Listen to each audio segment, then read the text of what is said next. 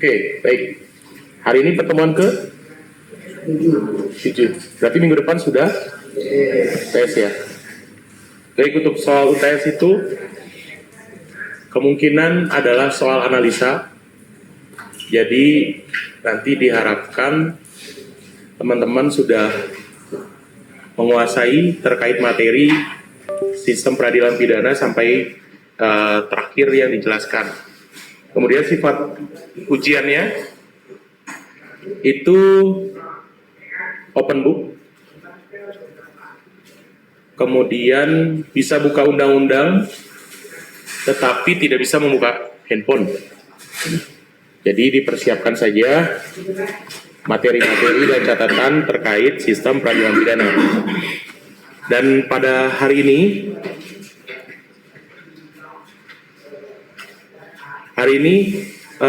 materi yang akan saya sampaikan adalah terkait sistem hukum dan sistem peradilan yang ada di dunia.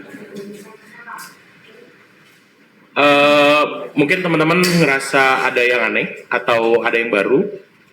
Ini sedang proses perekaman untuk mensimulasikan kelas sistem peradilan pidana ini supaya teman-teman lebih interaktif, lebih aktif dalam pada saat penyampaian proses pembelajaran pada pagi hari ini. Materi yang akan saya bawakan itu lebih banyak diskusi karena pada sewajarnya adalah berdasarkan standar nasional pendidikan tinggi itu proses pembelajaran itu seharusnya berbasis pada mahasiswa, jadi terpusat oleh mahasiswa. Dosen itu hanya sebagai fasilitator yang mengarahkan untuk mahasiswa menggali informasi dan pengetahuan seluas-luasnya. Nah, kita akan mensimulasikan pada kelas pagi hari ini pada mata kuliah sistem peradilan pidana. Kita bisa mulai dari sini. Silakan. Jika kita berbicara pada sistem hukum di dunia, teman-teman sudah pelajari di mata kuliah PHI dan PIH apa yang saudara ketahui atau saudara bisa kemukakan terkait sistem hukum yang ada di dunia. Bisa teman-teman buka handphonenya? Buka handphonenya. Silakan ketik di Google classpoint.app. Classpoint.app. Sudah? Diminta kode? Kodenya 40872. 40872. Silakan masuk.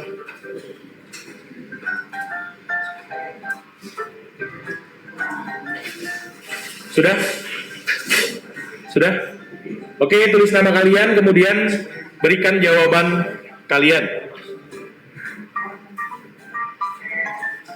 terkait sistem hukum di dunia. Apa yang saudara ketahui ketika mendengar sistem hukum di dunia? Silakan masukkan jawabannya. Nanti kita akan bahas satu persatu. Ini akan ada nilainya. Jadi seberapa aktif, seberapa interaktif teman-teman semua dalam kelas ini itu akan berimplikasi pada keaktifan dan bisa menjadi nilai tambah pada mata kuliah sistem peradilan pidana. Oke, silakan. Sudah? Buka classpoint.app, kemudian kodenya masukkan 40872.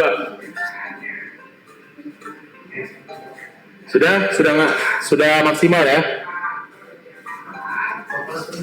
Ya. Yang telat, ya sudah.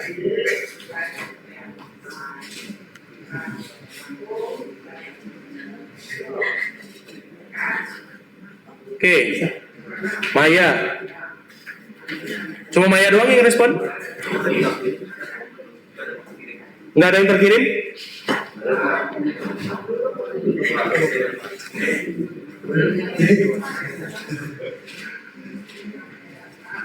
Cuma Maya doang? Gimana? Oh, oke. Saya kasih kesempatan ulang ya. Ini cepet-cepetan. Jadi siapa yang cepat, dia akan dapat poin dari bintang ini.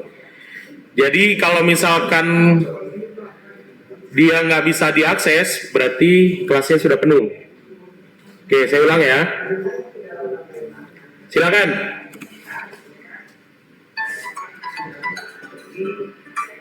Jawab terkait sistem hukum yang ada di dunia. Apa yang saudara ketahui terkait sistem hukum yang ada di dunia?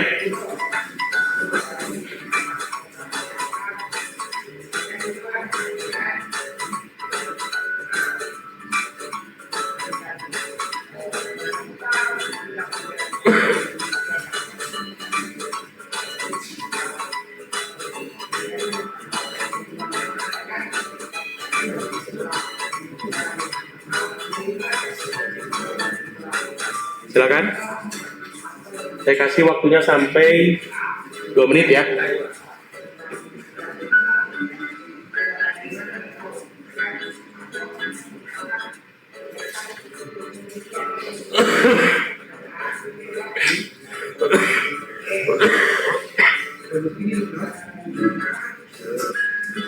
Dua menit, saya tutup ininya, jawabannya. Silakan disegerakan jawabannya. Nanti kita lihat siapa yang paling aktif di kelas ini. Itu bisa menjadi nilai tambah ketika kalau misalkan ujiannya jelek atau tugas ada yang kurang.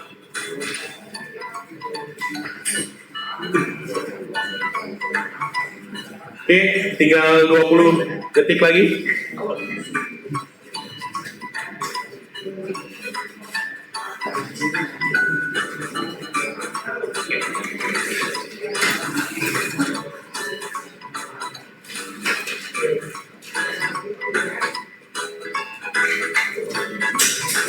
Oke, kita bahas.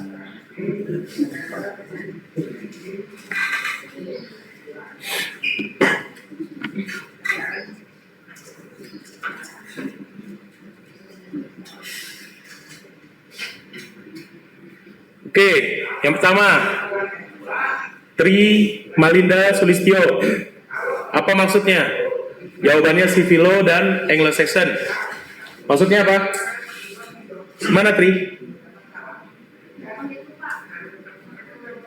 Mana Tri? Ya, gimana? Civil law Anglo-Saxon maksudnya apa?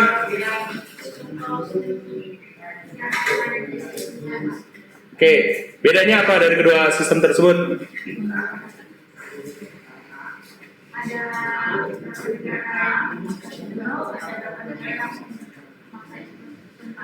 Oke, Bria,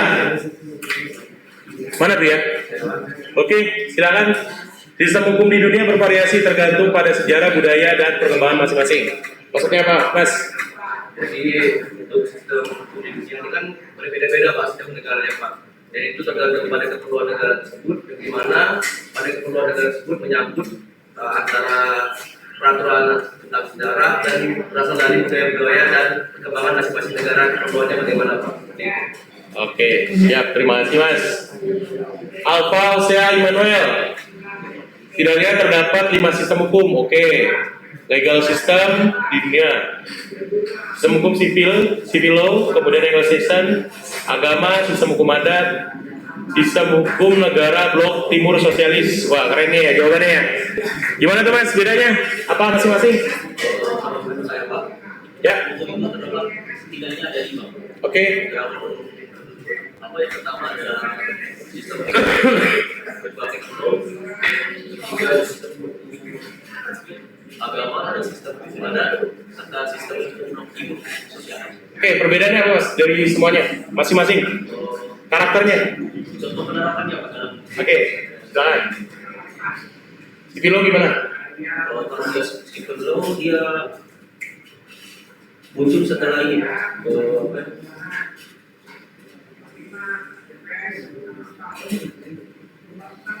Civil law gimana? kewenangan hakim ya Pak dalam Oke, kewenangan hakim. Kemudian kalau civil law kewenangan hakim? maksudnya keduanya itu Pak terdapat kewenangan hakim yang berbeda Pak. Oke, kalau civil law gimana? Kewenangan hakimnya? Diperhatikan ya? Gimana?